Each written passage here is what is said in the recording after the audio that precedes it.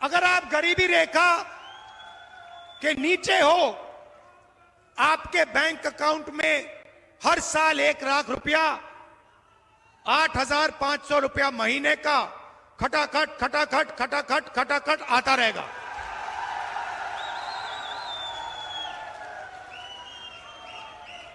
और एक झटके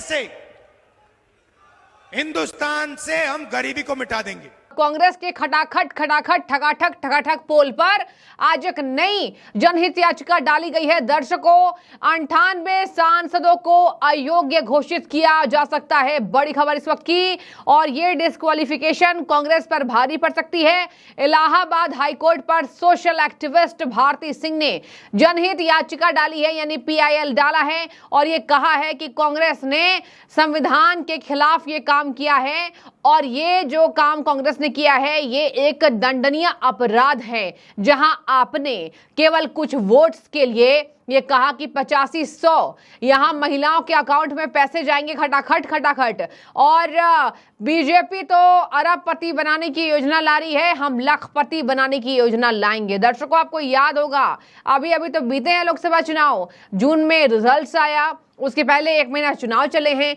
तो देखिए यहाँ पर जो चुनाव चले उसके ठीक 5-6 दिन पहले का एक बयान था, जहां राहुल गांधी ने कहा कि महिलाओं के खाते में खटाखट खटाखट खटाखट खटाखट वीडियो खूब वायरल हुआ। उसके बाद खटाखट खटाखट वो भी वीडियो वायरल हुआ जहां लखनऊ में मुस्लिम महिलाओं ने लंबी लाइन की फेहरिस्त लगाई थी कि राहुल गांधी जी हमारी जेब में हमारे पैसे दे दो, हमने आने जाने में और बूथ पर जितने पैसे खर्चा किए हैं आने जाने में, आपको वोट देने के लिए वो तो वसूल हो। दर्शकों, ये बहुत बड़ा तंज है जो मैंने आपको बताया। ऐसा नहीं है कि मुस्लिम महिलाओं ने कहा था, मुस्लिम महिलाओं ने इसलिए कहा क्योंकि मुस्लिम महिलाओं को ठगा गया था। मुस्लिम महिलाएं ही नहीं, तमाम महिलाएं, दलित, आदिवासी, पिछड़े, अल्पसंख्यक, सबको मैं मिलाकर बोल रही हूं। दर्शकों, आपको बता दें भारती सिंह ने एक नई याचिका डाली है, और 98 सांसद इनके हो सकते हैं अयोग्य घोषित, डिस्क्वालीफाई हो सकते हैं। आपने एक दंडनीय अपराध किया है, वोट पाने के लिए आपने जनता को ठगा। ये साफ हो गया कि कर्नाटक का गृह लक्ष्मी योजना कैसा था। उसी तर्ज पर कांग्रेस ने केंद्र के भीतर ये योजना लाने की बात कही थी कि मतलब आप हमें वोट देंगे तो हम ये योजना आप सबके लिए लाएंगे, और इसके साथ ही घर घर गारंटी योजना के तहत भी वोट पाए कांग्रेस ने, और वित्तीय और अन्य लाभ की गारंटी वाले कार्ड बांटने के खिलाफ भी कांग्रेस के खिलाफ यहां मोर्चा खुला है। बता दें आपको, ये 8500 रुपए महिलाओं को देने के आरोप में उसमें दस्तखत मल्लिकार्जुन खड़गे का भी था। हो सकता है मल्लिकार्जुन खड़गे भी सस्पेंड हो अगर ये याचिका चली गई तो। हालांकि मैं आपको बता दूं, झटका इसलिए लगा याचिकाकर्ता को क्योंकि पहले चुनाव आयोग ने इस पर कोई एक्शन नहीं लिया। चुनाव आयोग ने छोटी सी टिप्पणी की थी कि हाँ, कभी कभी ऐसा हम देखते हैं कि जनता का वोट पाने के लिए कुछ भी नेता किसी भी पार्टी के है वो कह देते हैं, लेकिन इस पर वैसा एक्शन नहीं लिया जा सकता है।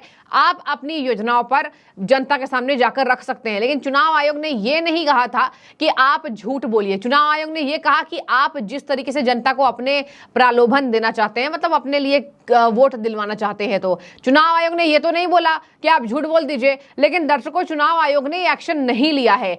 सबसे पहले सुनिए कि कांग्रेस के नेता राहुल गांधी के लिए बीजेपी के तमाम नेता क्या कह रहे हैं। राहुल गांधी जी को सिर्फ चुनाव के वक्त में मंदिर याद आता है, हिंदू याद होता है, अपने को सनातनी हिंदू कह देते हैं, लेकिन सनातनी हिंदू जो बांग्लादेश में अल्पसंख्यक हैं उनकी इतनी हत्या हो रही है और उनके घर लूटे जा रहे हैं। देश के प्रधानमंत्री ने चिंता व्यक्त की है, लेकिन राहुल गांधी जी के लिए 2 शब्द नहीं है कि वो अपने वहां सनातनी हिंदू के बारे में, बांग्लादेश के जो अल्पसंख्यक हैं उनके बारे में बोलें। इस वक्त उनके डिक्शनरी से मरहम के 2 शब्द भी निकल जाते हैं। नहीं, हमारे सरकार ने कहा है कि जो संविधान में जो परंपरा चली आ रही है आरक्षण का, अनुसूचित जाति जनजाति का, वो जारी रहेगा। उसमें कोई बदलाव का इरादा सरकार का नहीं है। तो सुना आपने, यहाँ पर तमाम नेता कांग्रेस के खिलाफ पोल पट्टी खोल रहे हैं और राहुल गांधी पर आरक्षण जैसे शब्दों का प्रयोग करके ये कटाक्ष कर रहे हैं कि आरक्षण के मुद्दे पर ये ले डूबे, लेकिन अब हम इन्हें अपनी पार्टी को नहीं पहुंचाने देंगे कोई चोट, कोई खामियाजा। राहुल गांधी कई मुद्दों पर घिर रहे हैं। कभी ऐसा लग रहा है बांग्लादेश का सपोर्ट कर रहे हैं, मतलब जो बातें घटना घटित हुई है, कट्टरपंथियों ने जो दिखाया है अपना तेवर, अपनी तलखियां। कभी ऐसा लग रहा है कि बड़े चिंताजनक हैं। अब देखिए, कल मोदी जी से मिले, शाम में चाय पर चर्चा हुई थी, सब लोग मौजूद थे। लोकसभा स्पीकर ओम बिरला जी, तमाम बीजेपी के बड़े दिग्गज नेता, अमित शाह मौजूद थे, तमाम लोग मौजूद थे। राहुल गांधी भी बड़े विनम्रता से हंसते हुए नजर आए। अच्छा लगा सबको फोटो देखकर, क्योंकि ये लोकतंत्र है। और लेकिन पीठ पीछे क्या हो रहा है ये भी कहा नहीं जा सकता है। हालांकि सुब्रमण्यम स्वामी ने भी नया मोर्चा खोला है। तो दर्शकों, ये घर घर गारंटी योजना इनको ले डूबेगी। सुनिए जरा, अब मैं आपको लीगल एक्शन बताती हूं कि क्या क्या हमारे संविधान में है।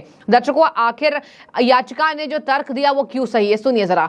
याचिका ने तर्क दिया है कि घर घर गारंटी योजना जन प्रतिनिधि कानून 1951 की धारा 123(1) एवं ए के तहत रिश्वत के समान है। आप रिश्वत मांग रहे हैं और यह एक भारतीय दंड संहिता 1860 की धारा 171(b) 171(e) के तहत दंडनीय अपराध है। आरोप लगाया गया है कि निर्वाचन आयोग की ओर से दायर की गई 2 मई को 2024 को जारी परामर्श में राजनीतिक दलों को इस तरह की व्यवस्था के खिलाफ चेतावनी दी गई थी। आपको मैंने बताया ना कि चुनाव आयोग ने भले एक्शन नहीं लिया है, लेकिन चुनाव आयोग ने इतना फ्री नहीं किया था कि आप झूठ बोलें। चुनाव आयोग ने केवल यह कहा था कि हाँ, आप जनता से कैसे कनेक्ट करें उसके खिलाफ आप बातें कह सकते हैं, उसके लिए आप बातें कह सकते हैं, लेकिन ये नहीं कि आप फ्री योजना दे। तो ठकाठक ठकाठक खटाखट खटाखट पोल खुल गया है राहुल गांधी का। और इसमें कहा गया है कि इसके बावजूद, चेतावनी देने के बावजूद भी कांग्रेस ने चुनाव प्रक्रिया को एक चुनौती दी है और इनके निष्पक्षता के साथ समझौता करते हुए इन कार्ड का वितरण जारी रखा। इन कार्ड में मैंने आपको बताया खड़गे जी का साइन था, सोनिया गांधी का भी साइन था, और इसी वजह से कहा जा रहा है कि इनके खिलाफ अब एक्शन होगा तो ये सब के सब सस्पेंड हो जाएंगे।